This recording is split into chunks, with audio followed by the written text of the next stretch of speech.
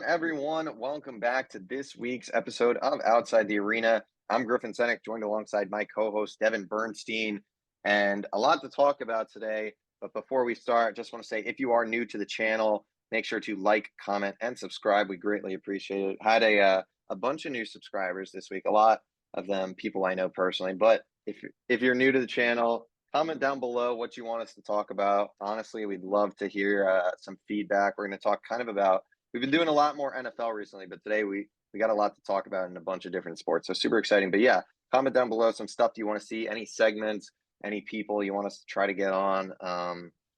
We'll try to make it happen here. That's what we do here at Outside the Arena. So a little quick spiel there, but we're just going to jump right into the biggest news, I think, in sports that isn't Taylor Swift. And that's Damian Lillard being traded to the Milwaukee Bucks today. Absolutely blockbuster deal. The full trade, it's a 3-team deal. So Dame Lillard going to Milwaukee. Portland will get Drew Holiday back in return. They'll get DeAndre Ayton from the Suns. Tumani Kamara, I've never heard of him before. Maybe you have, Devin. I have not. So that's how you know you're real low random. on the totem pole there. Real Yep. random. And then a first from the Bucks, 2 picks lost from the Bucks, and then the Phoenix Suns get Yusuf Nurkic, Nasir Little, Grayson Allen, and Keon Johnson. So obviously a huge deal. I mean, the Milwaukee Bucks, Dame Lillard, Giannis. This feels like a move that they kind of had to make. It seemed like there's a lot of talk about, Giannis wanting out. It feels like this might be the move that ultimately keeps him there. Your thoughts on the deal as a whole and kind of where it puts the Bucks in the Eastern Conference and also the whole NBA? Yeah, I mean, I think this puts us, just to answer that last part, I really do think the top 2 teams are pretty clearly the Nuggets and the Bucks right now. You don't want to say you'd be surprised if that's the finals just because it's so far out and injuries and, the Bucks have a new coach and all that. But, just in terms of talent, these look like the 2 best teams and they fit so well. And, we haven't seen Dame with Giannis, but it's hard to see this not being a pretty lethal combination. Between the pick and roll and handoffs and just the spacing that Dame's going to provide, and then hopefully having Middleton healthy, and then you have Lopez, who's a defensive anchor. I mean, this is by far the most talent Lillard has ever had, especially on the defensive end of the ball, where he can be hidden a little bit. I mean, they did lose Holiday, but they still have Giannis, Lopez, Crowder. Middleton's a solid defender. We'll see who kind of gets the 5th starting spot there. Whether it's a defensive guy or a shooter like a Malik Beasley, but kind of whatever it ends up being, this team has versatility, has a decent amount of depth. They could use maybe a couple more rotation players, but I think they're really ready to compete for a championship here. And then quickly on the Blazers and the Suns. So the Blazers, I mean, it kind of always seemed like they were trying to get this king's ransom from the Heat, and that just never really materialized for whatever reason. I'll get into the Heat in a little bit, but I mean, I kind of expected them to get more. This is a top 75 player of all time, in my opinion. I mean, I think he might have not made the list, but either way, He might have. maybe he did. I don't know, but regardless, he's in that tier, and he's still at that level. Is he at the absolute peak of his career? And he's old and has a very expensive contract, so it's like it's a little less valuable, but I still expect him to go for more. And then the part I really don't get is for the Suns. I mean, I do get what they were doing, but I just think Yusuf Nurkic is so cooked at this point. He's really, I mean, he was never like a speedy center, but he's like really slow now. And I mean, maybe against like a Jokic, he could give you 20-25 minutes in the playoffs, but I honestly think Drew Eubanks is going to be their better option at center at times, just because he can really move and has some skill to his game. So yeah, I mean, it's a blockbuster trade. It's not complicated for the Bucks. Don't overthink it. This is just a great trade for the Bucks. And then, the Blazers, I think they got the best value they could have, but it's just a little disappointing for your all-time franchise player, considering what was reported at first, what they were looking for. Yeah, I mean, you covered it really well. Huge win for the Bucks. I mean, this is a team that, I kind of touched on it in the open, but with Giannis, there's been a lot of rumors about him, Oh yeah. being a little unhappy and, kind of next year. I feel like it was the next, Zion and Kyrie, Katie to the Knicks type thing, where it was like the Knicks fans were getting fired up about him, considering it a lock. And I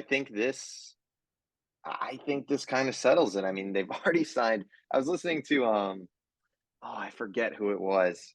Um, I think it was Rich Eisen, and he was talking about how they like signed all his whole family basically to try to Yep. keep him to stay, like everyone, and then they're like, all right, we'll go get the one guy he said he most wanted to play with. So huge win for the Bucks. Like you said, like rightfully so, this team is up there with the Nuggets in terms of and favorite to win the finals. I mean, it should be a lethal combo between Dame and Giannis, and two guys that just want to win. I mean, it's not like some of these other big threes or combinations of guys we've seen, specifically like the Kyrie, Harden, KD, where, there's a lot of injury issues and a lot of big personalities. Like Giannis just wants to win. And I think Dame at this point is all he wants to do is win. And, I think he was obviously, he's expressed some frustrations, I think, about the way things kind of went down at the end in Portland, rightfully so. But I think he's super happy now to be with the Bucks.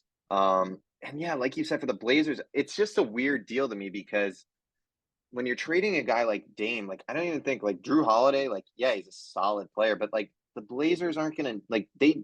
I guess there's kind of maybe the thought is that they'll now try to flip him somewhere else, but Yeah. it's like it just doesn't make sense because it's like him and DeAndre Ayton, like what are they doing for your like rebuild? You got one first round pick and two pick swaps, like and that first round picks in what 2029. I mean, not that like I guess any of these no one has picks at this point anymore in the NBA. Like it's kind of it's all over the place, but um, like there's nothing really there for the young core, and obviously you just draft Scoot Henderson, like he's now the face of the franchise.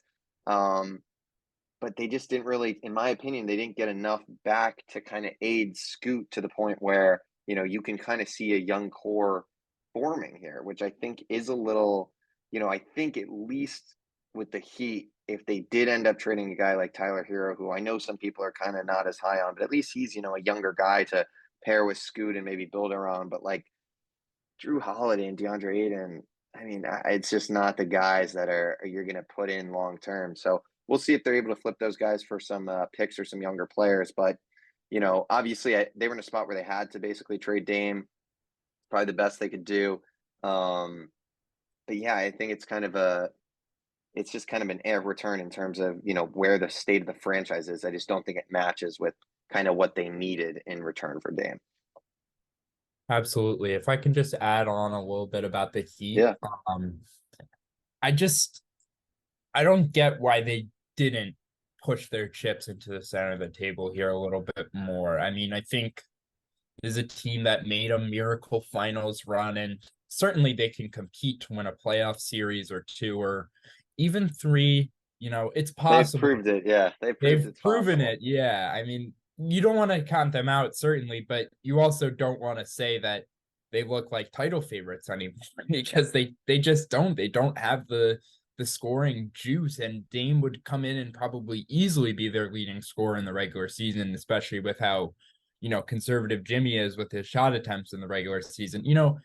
This is just a team that it was a perfect fit. They could have, you know, kind of gotten rid of Hero, who wasn't even healthy for them in the playoffs. So it just would have felt like a, Hero and picks. And, maybe you would have had to get rid of Duncan Robinson or Lowry, who are marginal pieces at best, who are both overpaid. I mean, they have all their picks to offer. They have a couple of young guys they've drafted, and I don't get it. Jimmy is getting to that point in his career. Bam is probably around his prime, and this was just a perfect window for them to go for it. I mean, maybe the Blazers just didn't want to deal with them because they were kind of being stingy at first, but yeah, I see this as a big blunder for the Heat, and I mean, I do feel for Jimmy, one of my favorite players in the league. Just this is a tough one, tough blow for him. But I'm sure they'll be fine. Yeah, I mean, especially also you got to think about now he just got traded to your rival in the Eastern Yep. Conference in the Milwaukee Bucks, who they beat them, right? The Miami Heat beat They them did last beat the year. Bucks. Yep. Yeah. Um, so like, I mean, now it just makes the East even harder when you look at the Bucks now. Obviously, you still got the Celtics there, the Sixers. Obviously the Harden situation is still kind of a Oh, mess, but um, they're still a threat. The Cavs are good. The Knicks are a little feisty. So there's good teams in the Eastern Conference, and the Heat lost some guys. They lost Max Strus to the Cavs. They lost Gabe Vincent to the Lakers, I believe. Um, so they probably got worse. I mean, maybe I'm forgetting that they signed someone, but I don't think so really. Um, Josh so Richardson. it seemed like the whole time that Dame wanted to go to Miami. It seemed like that was kind of how the stars were going to line. It was just a matter of it was kind of like the Aaron Rodgers thing. It was just a matter of if not when, or when not if. Um, and it just didn't happen. So huge blunder for them.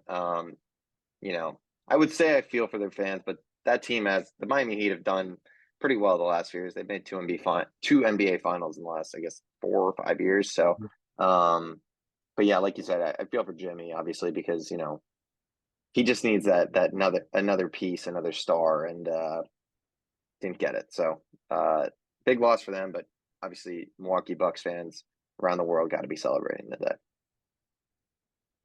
All right. I think that'll do it for NBA talk today. Obviously, the season coming up now. I guess we're probably like a month or so away from opening night. I don't know. You probably know the exact date. Yeah, I think the Sixers' first game is the 26th against the Bucks actually. So, and I think that's a Thursday, so I think it starts the 24th. Okay. So yeah, I guess then we're under a month away. Under a month away. So pretty exciting. So obviously, once the kind of season gets going, we'll be talking more about that. Also, the James Harden situation, I guess, still up in the air. So if that anything comes with that, we'll talk about it. But for now, we're going to pivot to another sport that is entering their playoffs at the end of the weekend, and that is the MLB. Most of the teams at this point have pretty much clinched a few spots up for grabs still in the wild cards and a few divisions still to be settled. So a lot of meaningful baseball being played here at the end of this weekend. The AL West, it's a battle between three teams: Rangers, Astros, and Mariners right now. Um, the NL wild card, you got the Cubs in the mix, the Marlins, Diamondbacks, the Reds maybe in there, but pretty fun time in the MLB right now. We'll start off. I know you're a Phillies guy, Dev. So why don't you kind of talk a little bit about the Philly season? Obviously, Red October once again. Kind of what are your thoughts on this team, their season, and do you think they can make a deep run in October like they did last year? Yeah, I mean, it's almost hard not to believe in this team. And I know that seems a little bit biased as a fan, but this team just has all the vibes. They do love each other. And you look at it from a baseball perspective and you're like, yeah, this team has everything they need. They didn't quite put it together and have the monster season you maybe were looking for this year in the 95 to 100 win range, but this was a very good team, especially in the second half of the year. The Trey Turner acquisition has completely flipped on its head, where it's now looking like he's, a stud and someone that pitchers are going to be scared of in the top part of this lineup. And it's like you go down the lineup, you got Schwarber, Turner, Harper, Bohm. I mean, all these guys are hitting well. And then you look towards the end of the lineup, you've got guys like Castellanos and Marsh who are also playing well. The defense has gotten better. The pitching, especially in the bullpen, has gotten better. I mean, in theory, this team has everything they need. It's just going to be tough when it's looking like you're going to be facing the Braves if you get out of the wild card series, which is no given either.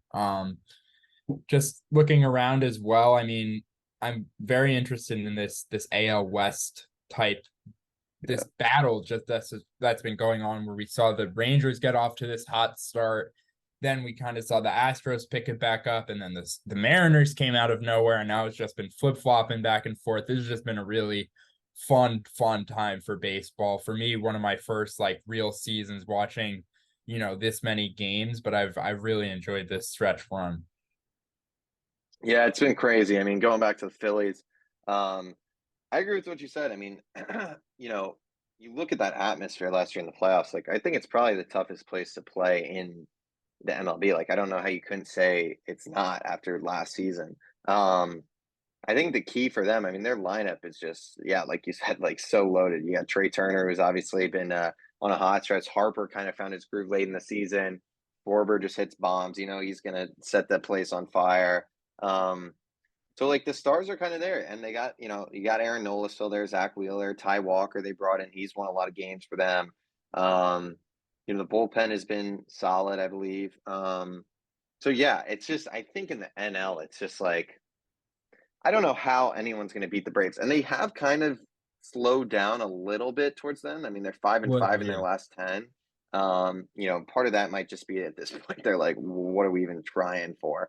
But like that lineup is just like I think it's like five guys with 30 home runs or something crazy. Like you got Acuna, you've got Matt Olson, Albies, Austin Riley, Ozuna, Michael Harris.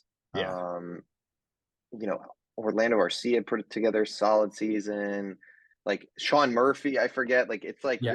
I'm forgetting like it's Unreal. MVP candidates. I mean, it's crazy. The pitching is good. That you got Fried Strider. So I just think it's going to be really tough. I just don't know if it's possible. I think the only team like legitimately, I don't think Arizona or the Cubs or the Marlins like those teams aren't going to do anything. The Brewers, their pitching maybe gives them a chance, but we've seen the same old story from them. Their lineup just falls apart. The only three teams are the Braves, the Dodgers, and the Phillies to me, just offensively. I think the Dodgers with Betts and Freeman. I don't think you can count them out, but honestly, like we saw it last year in the NLDS, like really the only team that I think could go blow for blow with the Braves offensively is the Phillies. And like they've got the sluggers, they've got the lineup, they've got the fan base to do it. So honestly, it's going to be really interesting to see, especially if those teams, rematch again. I think that would be super exciting. So yeah, I think it's going to be tough. I mean, I have a hard time picking against the Braves the way they're playing the season, but yeah, I'm with you, Dev. I'm kind of in on the Phillies, and real quick to the West. I know I'm kind of rambling on, but yeah, like you said, like it's just a weird time. And we were talking about it off air before we got here, but like the fact that like either Baltimore, Texas, Minnesota, Tampa Bay, Toronto, or Houston or Seattle, I guess, whoever ends up in the playoffs, like one of those teams is going to be in the World Series. Like that's just kind of crazy, especially if like let's say Houston does miss the playoffs for Seattle, like one of those teams, like that is nuts that they're in the World Series. I'll flip it to you real quick about the AL. Like, who do you think is who would if you had to make your pick for who comes out of the AL right now? Who would you say kind of assuming whoever obviously it seems like the Jays will probably make it. So between Houston, Seattle, whoever you want to put in for the playoffs, who do you think comes out of the AL, not the West? Yeah, I mean, I think the Mariners have been one of the best teams in baseball since the All-Star break. That's scary in any sport when you see a team just really find their gear in the second half of the year. That can always be dangerous. The Astros obviously have the experience, are the defending champions, so no one would be surprised if they make a run. But ultimately, my pick is actually going to be the Orioles. Wow. I really like this team. I love Henderson, Gunnar Henderson. You've got Adley at catcher. I mean, Santander, you go down the lineup, you've got a lot of young guys, a lot of guys playing really well. You've got Mullins back. I think, the pitching is a little shaky. I mean, it's just a really fun team. They've almost got the vibes the Phillies do in a sense. And I think the AL is going to be an interesting race. I could see the Astros kind of just coming in and dominating and saying, we're still here, but I think as of right now, I'm going to take the Orioles. How about you? It's so tough. I'll be honest with the Orioles. Like, I don't know. It's like I can't believe this team's going to win 100 freaking games. Like, it Yeah. is pure insanity. I mean, their young core is like ridiculous. The fact that they've got like Jackson Holiday, the number one prospect, still to Yep. come up. I mean, it's ridiculous. Grayson Rodriguez has been throwing the ball really well for them down the stretch. Kyle Bradish has like a sub 3 ERA. Um, I don't know though. I think it's so tough because I just like don't like. I don't think the Twins are going to come out. So just going process of elimination, I don't think the Twins are going to come out. The Rays, to me, like yeah, they have 100 wins, but they're just kind of they're banged up. Yeah. No McClanahan, no Jeff Springs, obviously. The Wander obviously is probably never playing again. Um, like, do I have faith in Texas? Like their lineup is stacked, but like their pitching's kind of scary. Their bullpen's Yeah. bad. Oh my God, it's like I don't want to pick the Astros, but it's like It's tough, man. I'm gonna go with I'm gonna go with whoever ends up coming out of the wild card between the Astros or the Mariners. I think in terms of experience, the Astros just have so much more experience than every other team that's going to be in the playoffs. I guess Tampa Bay a little bit and Toronto a bit, but the Astros just have the experience. Verlander pitched really good the other day against Seattle, which was very encouraging. He's kind of been struggling. Still got Framber Valdez. There's guys, other guys, Hunter Brown, Javier hasn't been, best. Yeah. Is he hurt? I don't know. He might be hurt. No, Um, I think I saw him pitch recently. I don't he might have gotten hurt, but I haven't paid. He's just had like a 4.7 ERA. Um, but on the flip side, the Mariners are really good too. They've got a fun lineup: Julio, and then you've got Kirby, Castillo, Logan Gilbert. So I think their pitching. I think compared to kind of these other rotations in the AL, I think will take them a long way. yep. But Houston, I just think has the experience. So I think honestly, it's looking like only one of those teams will come out, and I think whichever one does is going to be my pick to come out of the AL. So Houston or Seattle, depending on who ends up coming out. So yeah, Like that. very interesting. MLB, obviously, tough year for my Metsies. Yankees didn't make the playoffs either, so it's pretty crazy. Some big disappointments. San Diego Padres as well. I mean, those are three of the biggest payroll teams out there, and did not make the playoffs. So I guess money can't buy you everything. That should be, I guess, the lesson of the 2023 MLB season. We'll be talking about the playoffs weekly, so obviously we don't know the full bracket just yet, but as the games get underway next episode, make sure to tune in. We will be talking about that, but we're going to jump right over onto the NFL. Week 3 saw some crazy things. We saw 70 points out of the Miami Dolphins, which was bonkers. Some good games in there. Cardinals upset the Cowboys. That was a big one. Taylor Swift, Travis Kelce took the internet by storm. It seems like she's going to be at MetLife on Sunday night, which is just seems like that's a full blown relationship at this point, which is pretty crazy. So shout out Travis Kelce, a fellow podcaster as well. So you Yeah. gotta love the fellow podcasters. But yeah, we're just gonna jump right into week 4, give our picks for the week. Starting off with tomorrow's game, the Detroit Lions heading to Green Bay. Both these teams won last week. Green Bay, big come from behind win against New Orleans. Low scoring game, but they pulled through. Lions took down Atlanta. Seems like Aaron Jones will be back this week, as well as Christian Watson. David Montgomery might have a good chance to go. So a lot of key injuries that we still obviously don't know. We won't know that until 90 minutes before kick tomorrow. But what are your thoughts on this one? Yeah, I mean, I've been a pretty big fan of the Packers going into this season, but the Lions are a good team as well. And, when you look at this matchup, it's just going to be interesting because we don't really know exactly who the Packers are because we don't really know exactly who Jordan Love is yet. But Yeah. we haven't really seen him play even one game with Christian Watson, who it looks like is probably going to play. I mean, last week he found a way to win them that game without, probably his 3 best offensive players in Bakhtiari, Aaron Jones, and Christian Watson. Or 3 most valuable playmakers at least. Yeah. And then, you look at the Lions and this defense has stepped up. It seems like they're the type of defense that, is physical and well coached, but ultimately just, not talented enough to be like a really good or great Yeah. defense. And, probably similar things with the offense, except it's just probably like a great offense, but never like an elite offense, something like that, just because they, again, they don't have like a, this stacked weaponry, but, they're well coached. They're, do everything basically right, it seems like, but, just a little bit lacking in terms of talent. But again, this should be a good matchup. I guess I'll go with the Packers at home here, getting some weapons back. On the short week, you kind of favor the team at home sometimes. But I could definitely see this one going either way. Yeah, I think it's gonna be a super close game. Jordan Love has looked really good. He obviously a big come from behind win. So um, yeah, it's a toss up. This is a toss up game for sure.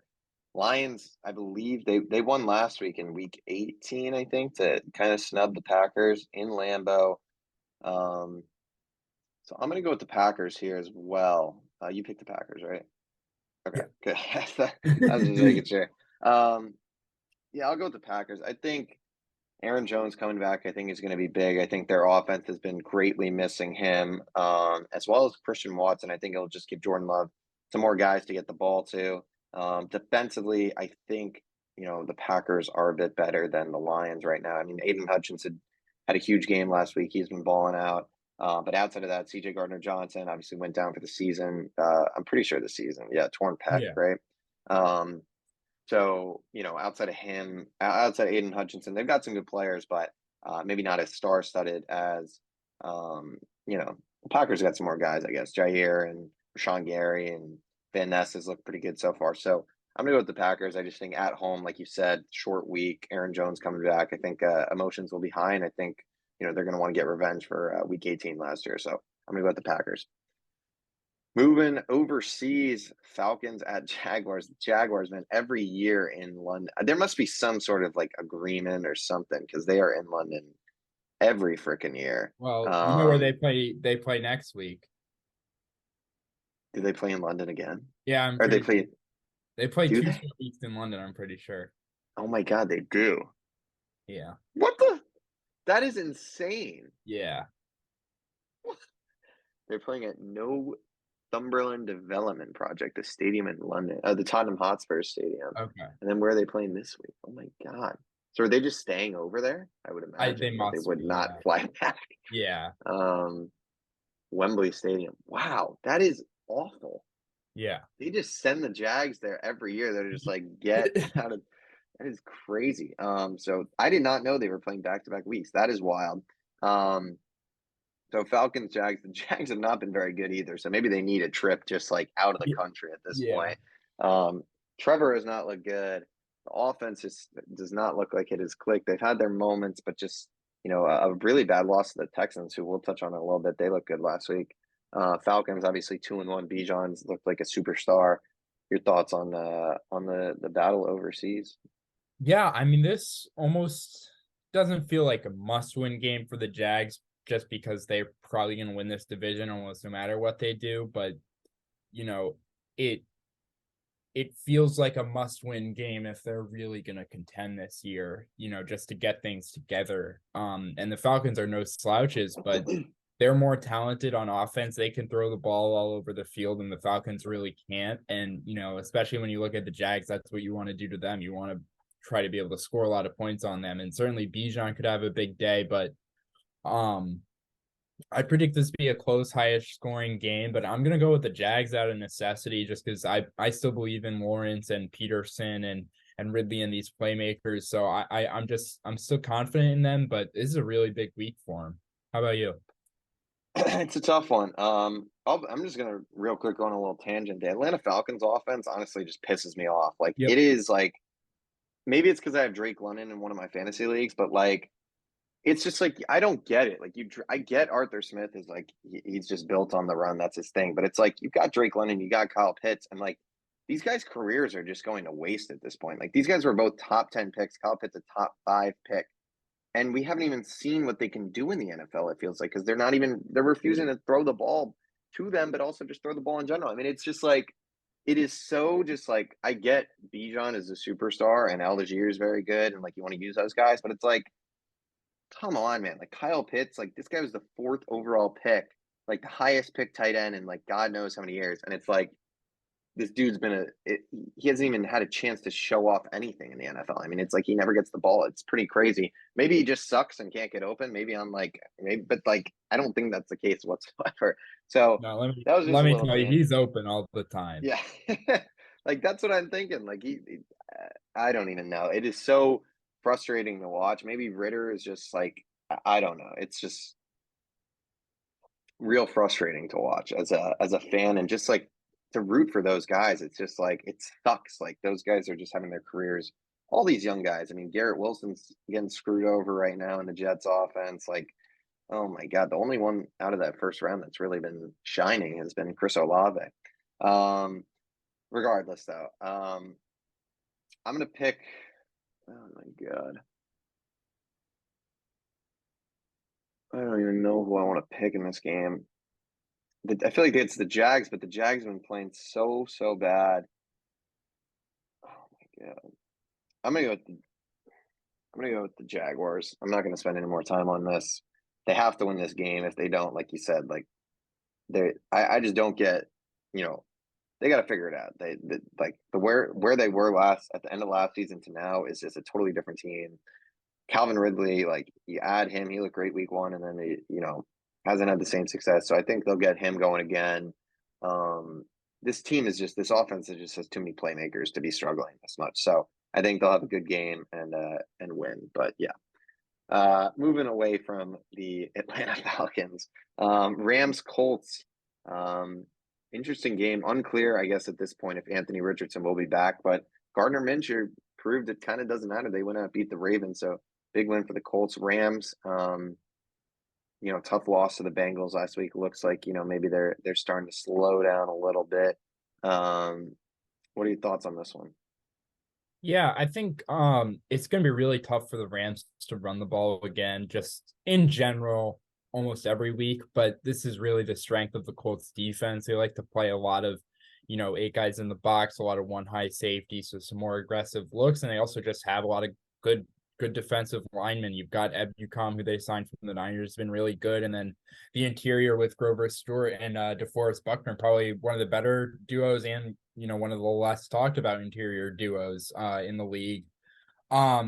So it's going to be tough for the Rams to run the ball on them. So I expect them to pass it a lot, but probably pretty well. And I think the Rams just have a little bit more star power here between Aaron Donald, Russ East, of course. I was Puka looking at him on the Nacua. field. I was like, I was telling my boys, I was like, that's the boy right there, Russ East.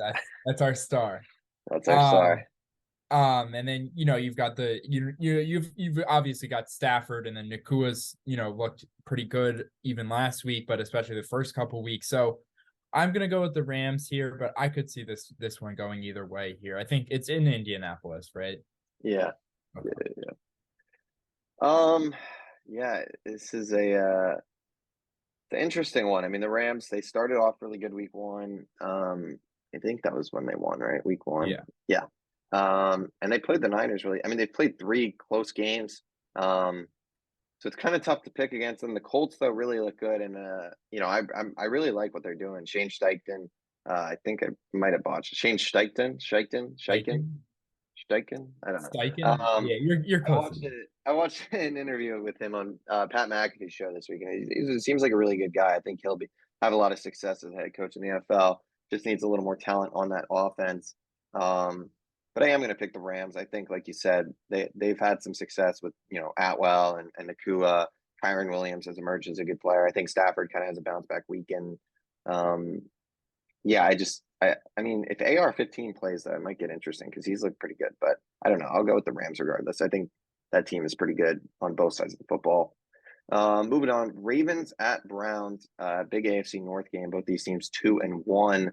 Deshaun Watson, big bounce back week. He probably had his best game as a Brown, and that Browns defense, man, under Jim Schwartz has been lethal. It's probably been up there. It's them. The Cowboys after last week, you might have to say the Browns have been better defensively this season. Kind of crazily enough. I'll start real quick. I'm gonna go with the Browns.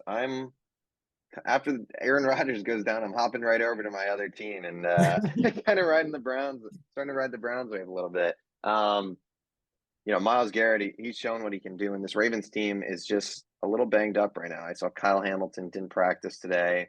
I think some of their O linemen are coming back though, which is big for them. But obviously in terms of running the football, you got Lamar, but then I forget Gus Bus and Justice Hillard, kind of the guys they've got back there who would just I think they're going to have a hard time against this Cleveland D line. And, the Cleveland secondary is really good too. I mean, I think their defense is at full health. And offensively, I think last week showed, Jerome Ford's going to be pretty solid. Kareem Hunt will help out. But Amari Cooper's still there. He's a stud. Elijah Morris looked solid. And, for Deshaun, it's just about, we talked about it last week, how bad he looked. And this was a huge week for it.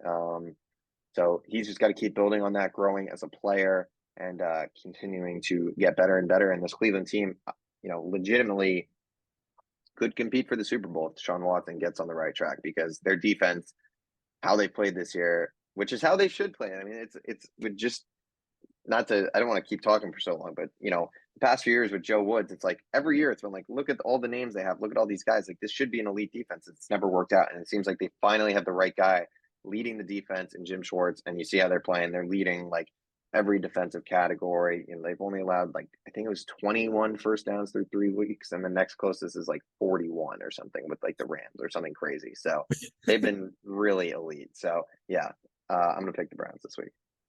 Yeah, I'm gonna go with the Browns too, which you just like never feel confident picking the Browns. They're one of Yeah. those teams, but like, Well, now that we both picked them, the Ravens are oh that's the yeah, outside the arena curse right there. yeah. So But Watson looked really good last week. I mean, like, the Titans' pass defense isn't like the best thing, best defense in the world, but it's also, they're well coached. They've got a good pass rush. The secondary is improving. Like, it's not like this was like some backup tier players that he was going up against. And that's an encouraging sign for Browns fans. And like you said, this defense has just been so freaking good that it's like almost hard to imagine them losing as long as Watson doesn't like lose them the game almost. yeah, So, you look at how banged up the Ravens are, it almost doesn't even matter on the offensive line with how good this defensive line is yeah. for the Browns. And then, like you said, I don't think Hamilton practiced. You've got Marcus Williams out. Everyone seems to be banged up for the Ravens already. So I'm gonna go with the Browns here at home. Should be a big game for. I mean, if Cleveland wins that 3-1, two divisional wins already. I mean, that would be a huge start to their season. Next game, Vikings Panthers, battle of the 0-3 teams. I mean, we said last week was a make or break week. If the Vikings go down here, then you almost got to start looking at calling up the Jets maybe and saying, what do you can we get that first round pick for Kirk Cousins? It'll be super interesting. I mean, if they end up, that would be pretty crazy. But so I'm kind of hoping the Vikings lose this one. But I'll flip it right back to you. I mean, it seems like Bryce Young should play this week. Andy Dalton looked pretty good last week, though. But yeah, Bryce Young will be back. Bryce Young, Kirk Cousins, two 0-3 teams. Who's going 0-4? I think the Panthers are going to be 0-4. I think it's never good when you've got a 32-year-old Adam Thielen as like your clear best receiver. This He's been line is balling out though, low key. he's playing well, but it's just like he's their only target. That's Yeah. that's not a good thing for a young quarterback, and this line has taken a step back. I'm a little worried about Frank Reich, to be honest. I feel like a lot of the things that were happening in Indianapolis at the end of his tenure are like now happening again. So I think it's like you got to be a little bit worried about that. And then, the Vikings just have way more talent. The team Thielen left, obviously, so maybe a revenge game for him against this weak, Vikings secondary. But the Vikings have some real playmakers. They have a proven quarterback. They have some more guys even on defense probably, and they're probably even better coach. So even though they're both 0-3, I just actually almost see almost no way for the Vikings to lose here. Yeah, I'm gonna go with the Vikings too. I feel like this has to be a win for them. I mean, Kirk, honestly, like he's turned the ball over a few times, but he's been playing pretty well with Jefferson and Addison and Hawkinson. Like, I just see no way that they don't pierce up this secondary. Is J.C. Horn healthy? I can't remember. I I think think he's out, right? yeah. Yeah. So I mean, then it's like, I mean, there's no one out there that's gonna stop those guys. So yeah, I mean, Bryce Young, he's looks all right. I mean, it's not even his fault. Like, I think he's kind of just doing with what he has at this point in the two games he started. Um, so yeah, I don't think there's much more to it. I think the Vikings, they know how important this is. It's crazy how quickly, like last year they won what, like 11, 12 games or something. Now you're 0-3. And NFL is a crazy, crazy sport. Moving on though, Bengals Titans, two 1-2 teams. This Bengals offense super disappointing. They looked a little better this week, but Joe Burrow just clearly not 100%. Hasn't thrown for like I think more than like 250 yards in a game yet this season, something like that. Really, really not good. But they found a way to squeeze one out against the Rams. Tennessee has been really bad offensively. Their O line isn't good. Tannehill sucks. Derrick Henry looks like he's taking a step back. So I'm gonna go with the Bengals. You know, Burrow, I was surprised he played last week, honestly. Maybe they skip this one out and just hope they can kind of squeak it out against Tennessee. I doubt that'll happen though, knowing him, and he's a big competitor. But yeah, I think they're just the better team. I think offensively, like look at what the Browns did to them. Like the Bengals should theoretically do a lot worse than what if the Browns were able to kind of dominate offensively. So this could be a close game though. This is one of those at Tennessee where the Titans are just frisky. Maybe Derrick Henry finally gets going this season. But I don't know. I'm going to pick the Bengals. I just think they're the better team, and I feel like that offense is kind of just due to explode at some point. Yeah. I'm gonna go with the Bengals here, and I just looked at the line, and the Titans are 1.5 point favorites, so that's a little bit Really? interesting to me. Yeah. What? Um. That's So crazy. yeah. So I don't hate the Bengals for our betting fans at home.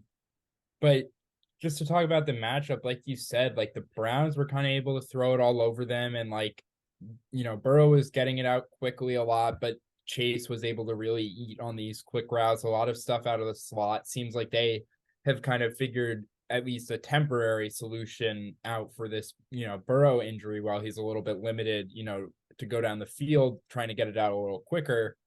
Um, I think that'll work against the Titans. And then this Bengals defense looked amazing against a weak offensive line in the Rams, and you're going up against another really weak one in the Titans. So hopefully they can dominate for Bengals fans this week. And, I'm going to go with the Bengals. Yeah, both the Bengals. I feel like we've got a lot of agreements so far. I'm trying to think if we Yeah. disagreed on a single one. We both picked Packers, both picked Jags, both picked Rams, both picked Browns, both picked Vikings, both picked Bengals. So if I was a betting fan, I'd probably fade a lot of that just because of history on this show. But moving along, Buccaneers, Saints. Both these teams lost last week. Baker Mayfield honestly hasn't done terrible. I mean, it was a tough matchup last week against Philadelphia Monday night, but Mike Evans has looked really good to start the season. But the classic Mike Evans, Marshawn Lattimore matchup, guaranteed an ejection or some sort of Yep. fight. It feels like flags are going to be flying, so it's going to be really fun to watch as always.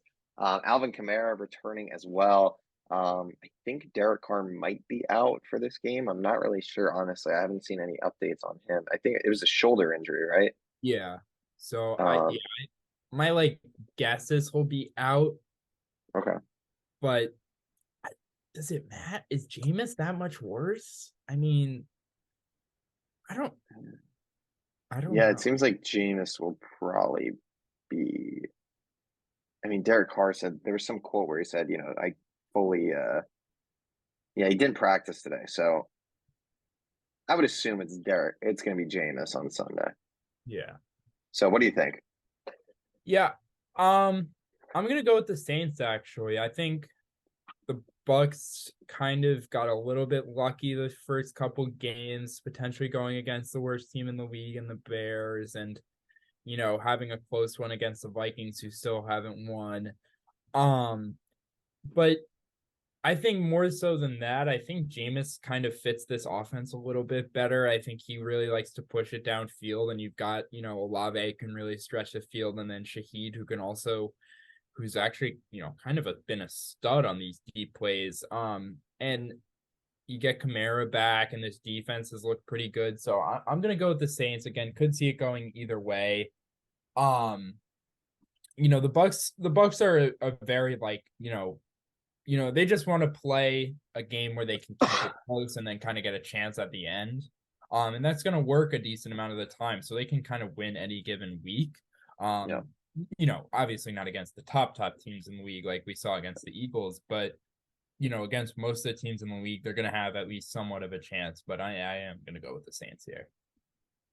I'm gonna go with the Bucks. I like the way they played. I mean, I never thought they were gonna win last week against Philly. I think, like you said, like against the kind of top echelon teams, they're probably not gonna get the job done. But I still have been, pretty, pretty.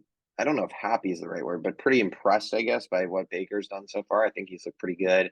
I think Mike Evans, they've been really getting involved, which has been nice to see because it felt like, kind of in the latter years with, I mean, I guess Brady was only there for like 3 years, but like while Brady was there, it almost felt like I guess they had like sometimes they had Gronk and AB in there, so they kind of had more guys to get the ball to. But it's good to see him kind of finally eating and get scoring touchdowns left and right. But yeah, I think that I don't know Jameis, like I guess against the Bucks, his former team. he looked all right last week, but it's just like I don't the offense wasn't really moving with him. Like they didn't really do much. Kamara back will be big. I'll be very curious to see how he is. He had a down year last year, so you know, is he cooked or is it just like, they didn't use him right last year? I feel like, they weren't really using him the way he should be used last year. I think you need to get him more involved in the receiving game. So I'll be excited to see kind of Kamara back and what he looks like. But yeah, like you said, like the Saints offense is really talented. I don't know. I just kind of get a gut feeling the Bucks win this one. Their defense has played really well so far. So I'll go with the Bucks. Moving along to the 70-point Miami Dolphins. They've got your face plastered in their locker room, Devin. It's just, I mean, the motivation just never ends. They're heading to Buffalo. I mean, Tua, man, it's like this guy's going to get himself paid like a lot of money. I mean, it's pretty crazy. I mean, what a fun team. I mean, just with Tyreek Hill, Jalen Waddle obviously didn't play last week, but they've got Waddle, they're running backs, they're sprinting across the field. Mike McDaniel's just a class clown. They got Christian Wilkins on the defense when Ramsey comes back. Like this is a fun team. Miami too. Like you're surprised more of these guys aren't getting in trouble, to be honest. It's honestly a miracle they've had Yeah. no I mean, you got Braxton Berrios dating Alex Earl. I mean, there's like the storylines tell themselves with this team. And they're 3-0. They look unstoppable in offense. Headed to Buffalo, though, obviously a tough place to play. Josh Allen's looked a lot better since that week 1 game against the Jets. So what are your thoughts on this AFC East matchup? Yeah, I'm gonna keep doing it, man. I'm gonna take the Bills here. I know maybe they're just destined, to prove me wrong here, but I really do like the Dolphins. I can admit now I was wrong on them. Obviously Tua's health is still somewhat of a concern, but if they can stay healthy, they've clearly got all the pieces they need, like Yeah. you said. Um, just to talk about this beatdown, I mean, I was watching Red Zone for the most part, and it was just like every couple minutes you'd look up and it's like, oh, another guy really broke through for a long touchdown. Now Robbie Chosen, Robbie Chosen. yeah. Is it Robbie Chosen now? Yeah, Robbie I Chosen. thought it was like Chosen Anderson, but now they're He calling him Robbie changes it Chosen every week, pretty much, every it week. feels like. Yeah, so he like cooked Patrick Surtain, who was still eating for some reason, which was really weird. But this is kind of, yeah, we'll get more into the Broncos in a little bit, but pretty embarrassing for them. But like really just a dominant offensive performance. But I think going into Buffalo, whose defense has looked a lot better than it did last year, and obviously better than the Broncos defense. And this Dolphins defense hasn't been tested, a ton yet. And I think, they're going to be missing Ramsey with that Diggs matchup. I just think is going to be a really good high scoring game, and I'm just going to favor the Bills at home, but definitely one of those games that could go either way. How are you leaning? I'm going Miami. I think it's hard to pick against them right now. I mean, this offense I think is probably the best in the NFL. I mean, it's pretty crazy. I mean, Mike McDaniel, we've known he's an offensive wizard, but just what he's doing. I mean, Tyreek Hill has looked unstoppable. They didn't even have Jalen Waddle, and they scored 70 points. I mean, it's pretty ridiculous. I think the Bills, you got to look at them. Right now, I think Tua is just playing safer than Josh Allen, and that might be ultimately the difference in this game. Josh Allen, even last week against Washington, I mean, he was better, but he threw that kind of one ball up deep that got picked off. Like he's still just making those careless throws downfield. And that in a game with a team like Miami could be the difference. I mean, Tua's really done a good job of keeping the ball, getting it out quick, getting it to his receivers, hasn't been turning it over. And, that ultimately may be the difference. And, real quick on Tua, obviously, the health has been an issue, but, give him credit. Like we forget what he did last year, mostly because everything was overshadowed by all the concussions in the end. But like when he was healthy last year, Tua was as good as any quarterback in the NFL almost. He was an MVP candidate. And right now he's the favorite for the MVP. I mean, he has been incredible so far. So shout out to Tua. I mean, it's awesome seeing. I think there was a lot of people that were rooting against. Not, I don't know if rooting against him, just kind of concerned about him and doubting him. And look, rightfully so with all the concussion and health issues. But he is, I mean, earning a huge contract. And yeah, I'm gonna go with the Dolphins this week against Buffalo. I just think they get Waddle back too. Like it's just and it's fun. Mostert. I don't think Raheem Mostert is going to be able to keep up with the pace he's on as like RB1 in fantasy football. But Yeah, I mean, he's been balling out. Devon Achane. I know he just changed his He changed pronunciation of it, his right? name. Yeah. Yes, I think it's I don't know. I don't want to botch it, but yeah, shout out to him. I mean, 50 fantasy points is ridiculous.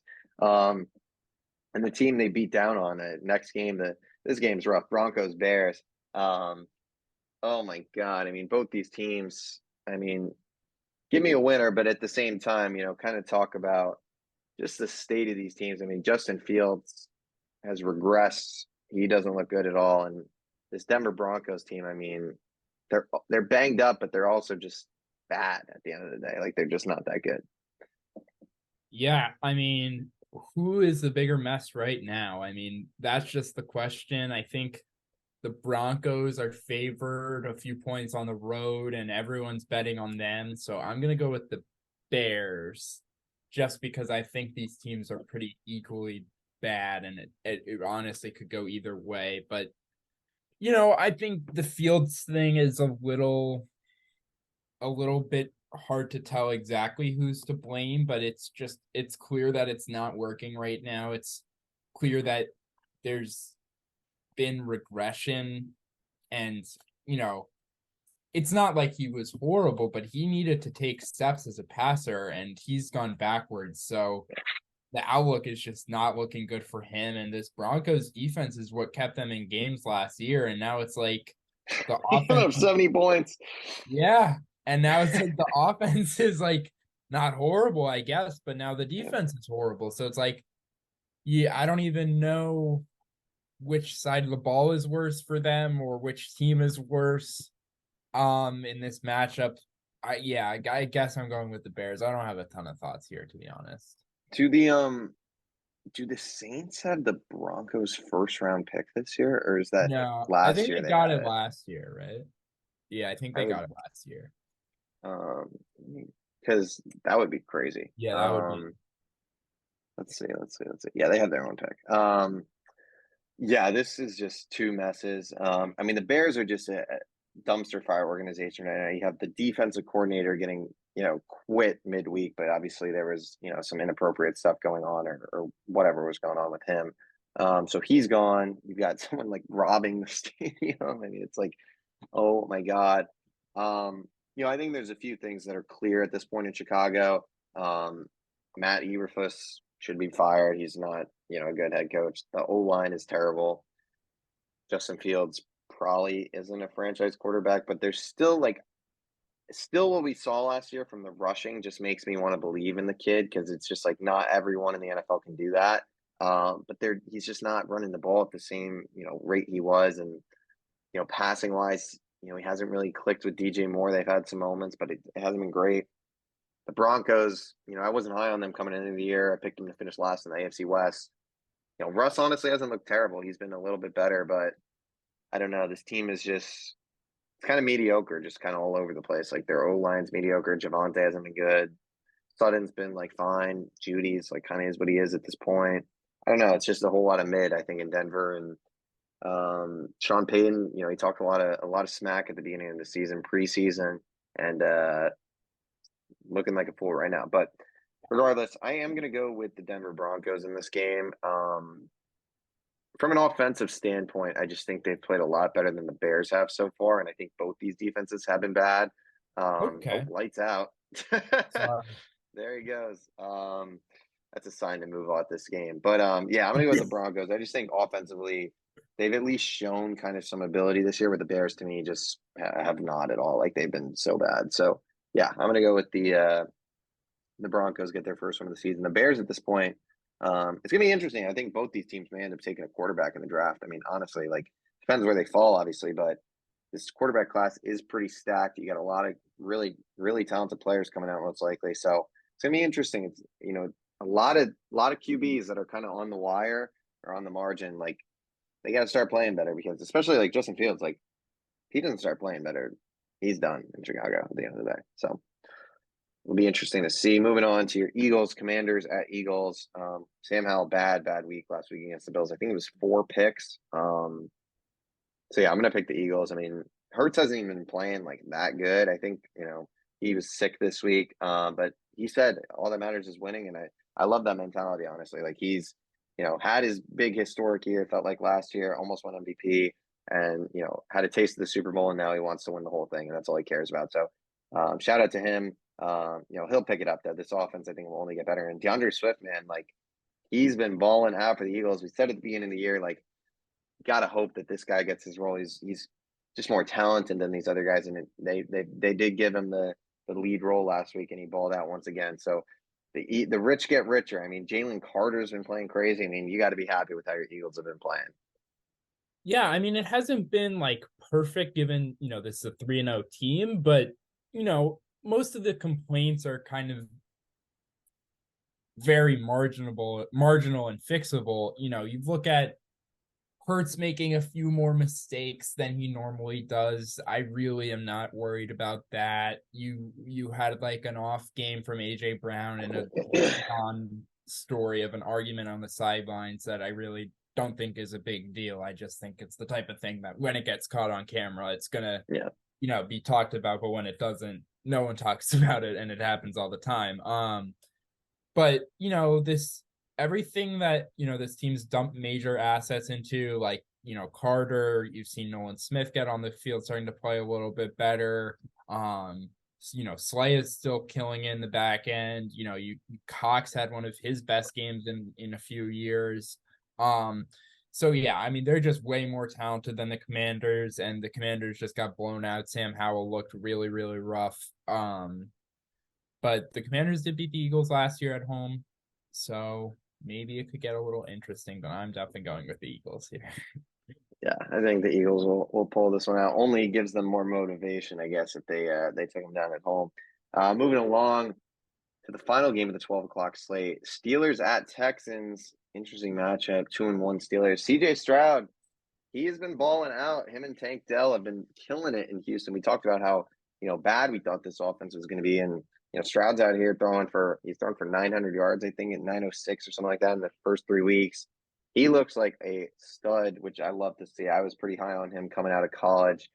I think you just kind of watch, I bring up always that Georgia game, and there's just some things that you got to look at and you just can't ignore. And I think that was kind of one of those games. So he's been doing great. Tough matchup this week, though. This Pittsburgh defense, another one of those. I mean, I think you talk about the top defenses in the NFL, the Cowboys, the Browns, and the Steelers, probably the top three right now, I would have to say. Niners, I guess you got to put in there too.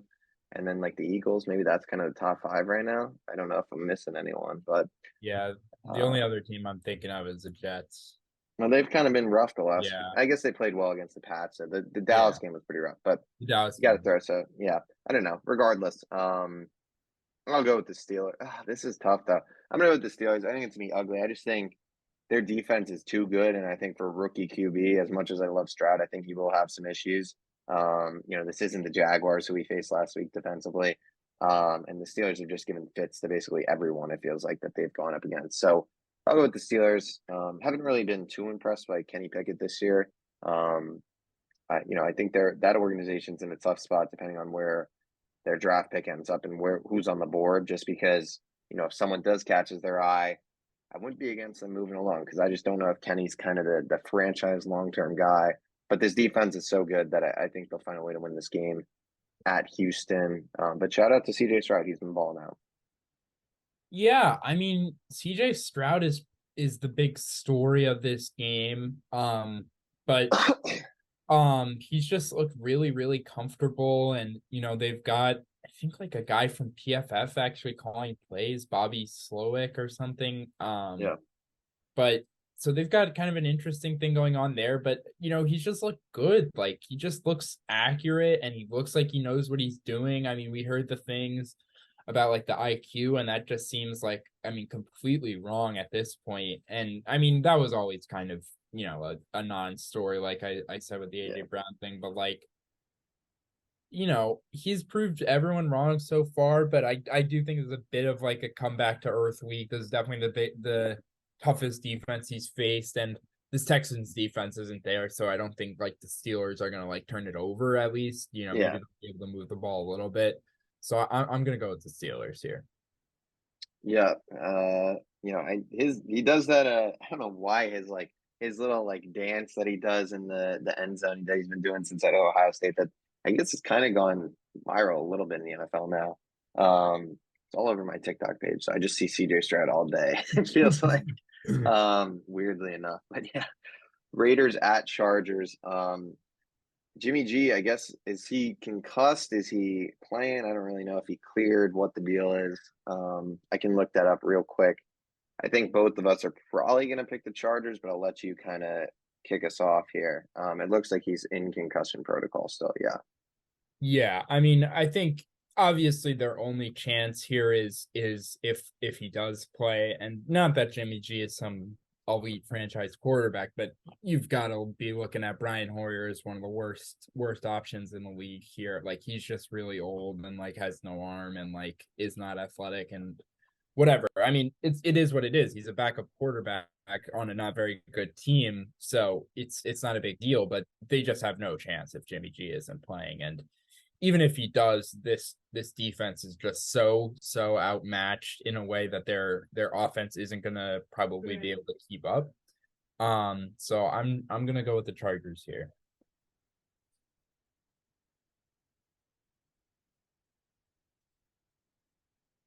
My AirPods disconnected. Just 1 second. Okay. Okay. So I kind of missed what you said. I'm assuming you picked the Chargers. Yeah. Okay, perfect.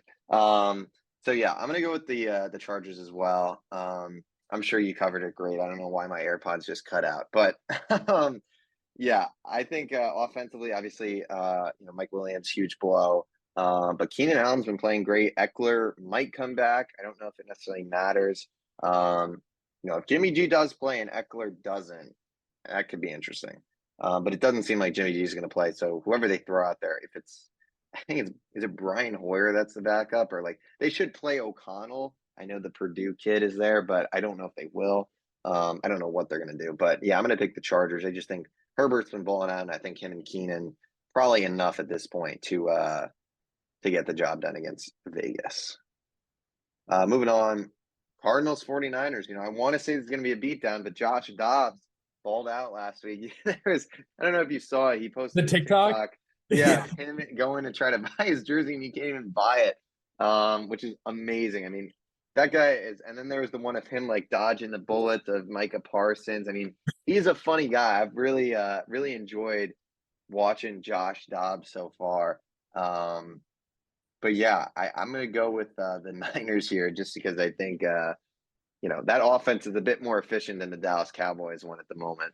Brock Purdy just doesn't lose also to ever apparently. But yeah, I'm gonna go with the Niners. I mean, you know all the stars on this team at this point, but big win for the Cardinals last week, and they've been feisty. I mean, good job by Jonathan Gannon so far. Like, seemed like they were tanking, and they've gone out and basically said like, hey, we're here and we're gonna be trying every week. James Conner's been playing pretty well, so shout out to the Arizona Cardinals. They've been doing good.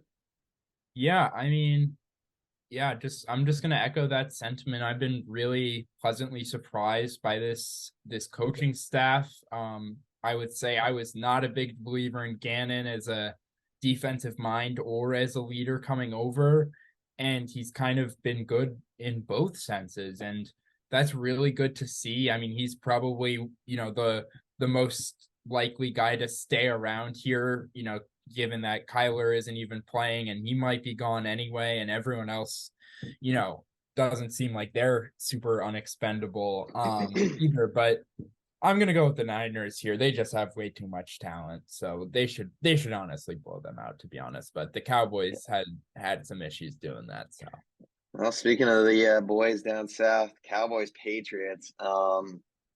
Man, that one Dak interception last week where he threw to the two Cardinals guys was pretty brutal. Yeah, I mean New England 1-2 at this point, I believe. Yeah.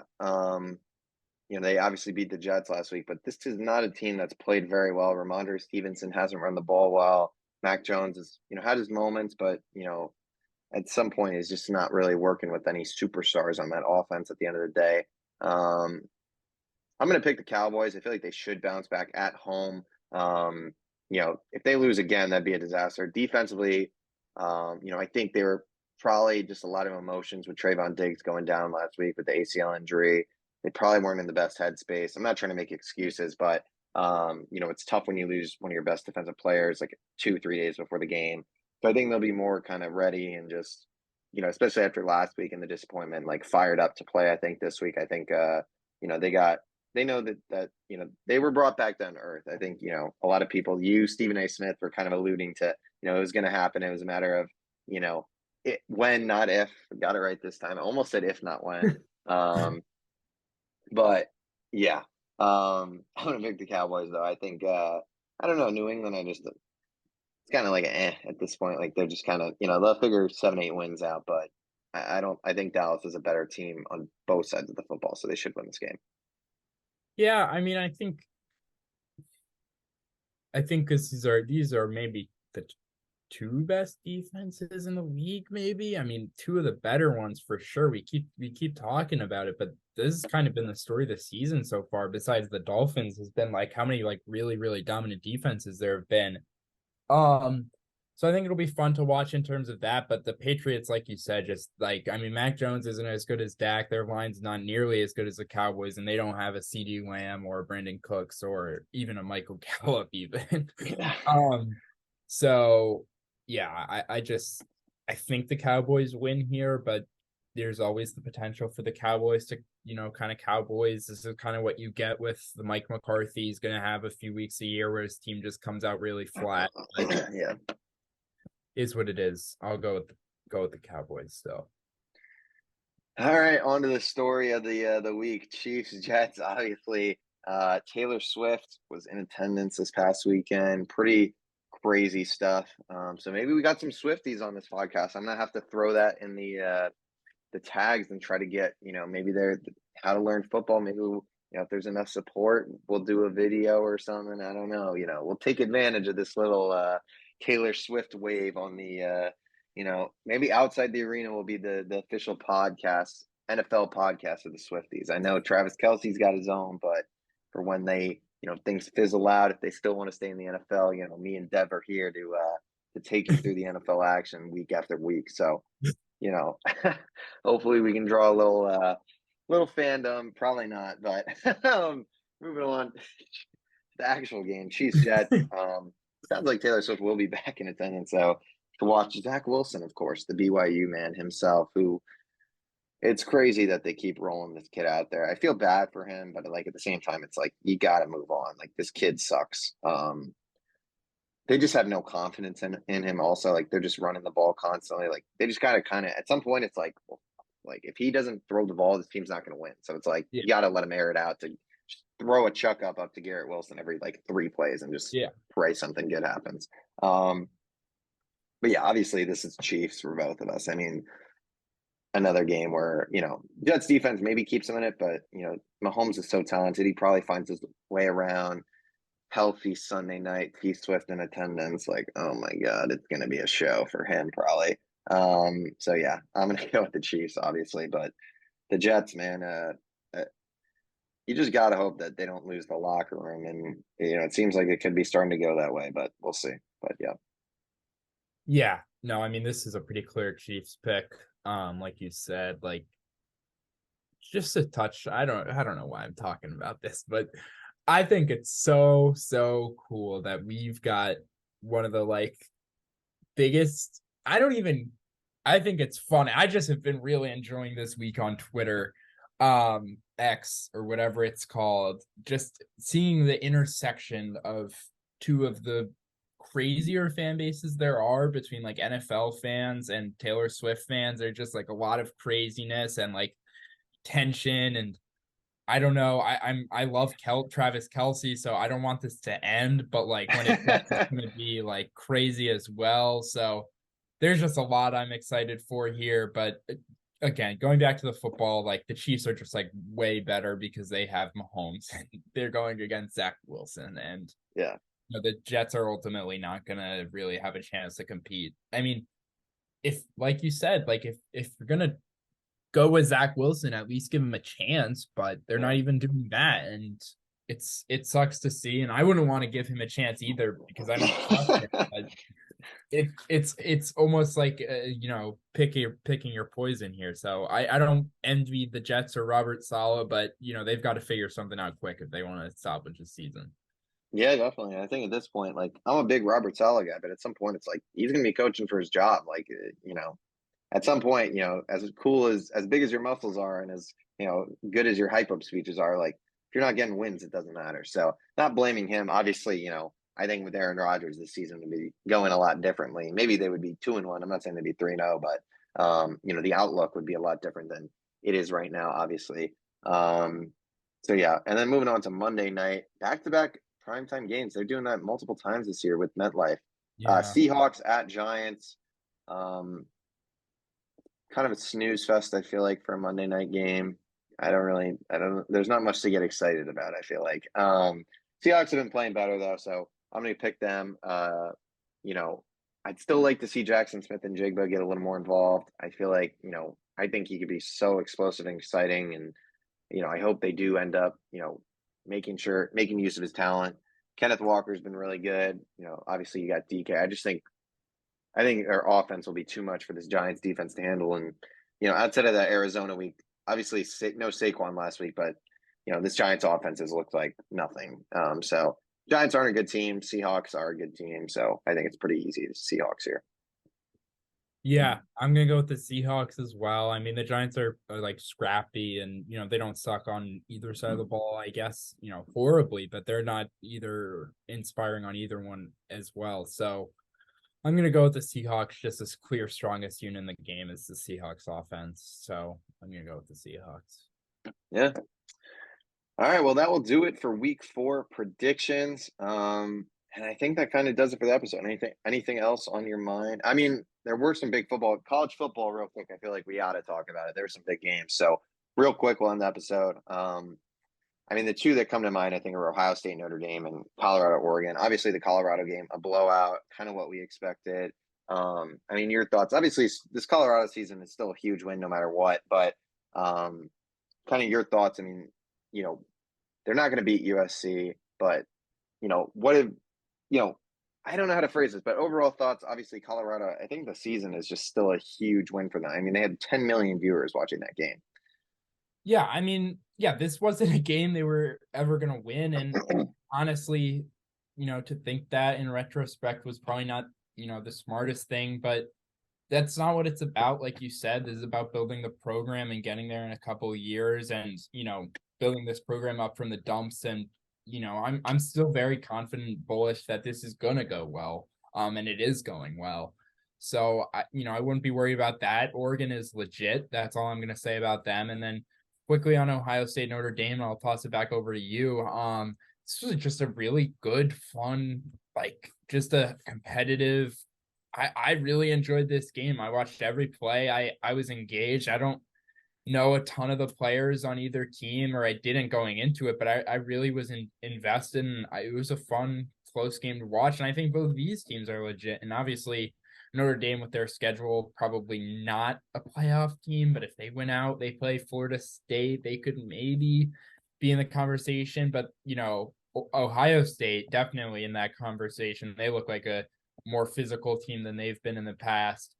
And then obviously we had the Ryan Day rant at the end of the It's always been Ohio against the world.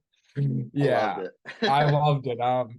So that was fun, but yeah, that was two really I guess really just one good game, and then a bit of a blowout. But that was still a fun week of college football. And where were your thoughts?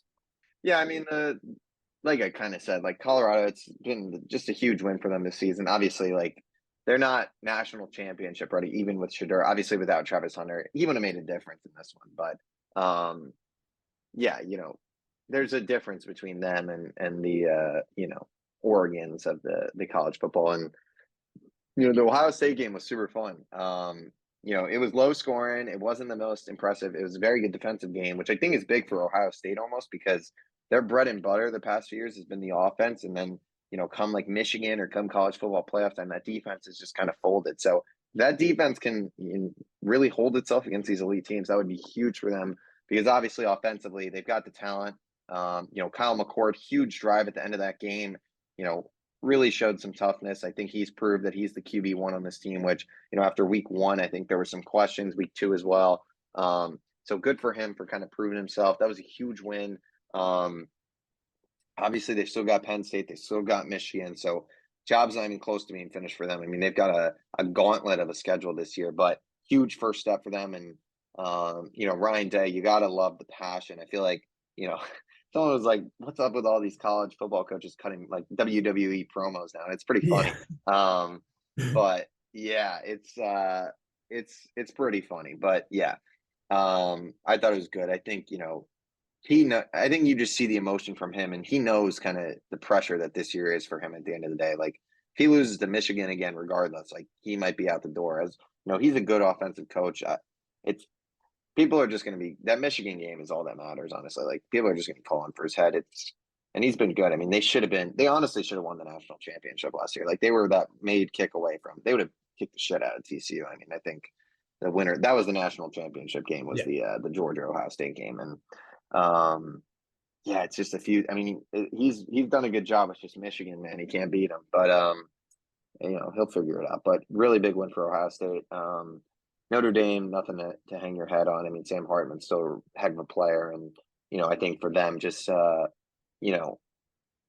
that program has kind of been brought back to life, which I think is awesome, because obviously they've just been a staple of college football. And it felt like for a few years they were a little kind of out of it, not as competitive. Whereas, I think Marcus Freeman's, brought them back. And this is an elite program. Not that they were never not elite, but they are playing, I guess, like an elite program once again. So really good game. But yeah, I think that will do it. Any other final thoughts or no? No, I think we kind of got everything. This was a fun episode. There's a lot. Yeah. We're getting to a really fun time of sports here, so I'm excited for the next coming weeks. Yeah, definitely a lot to talk about. So yeah, stay tuned. We'll be talking all things MLB, NFL, anything NBA coming up.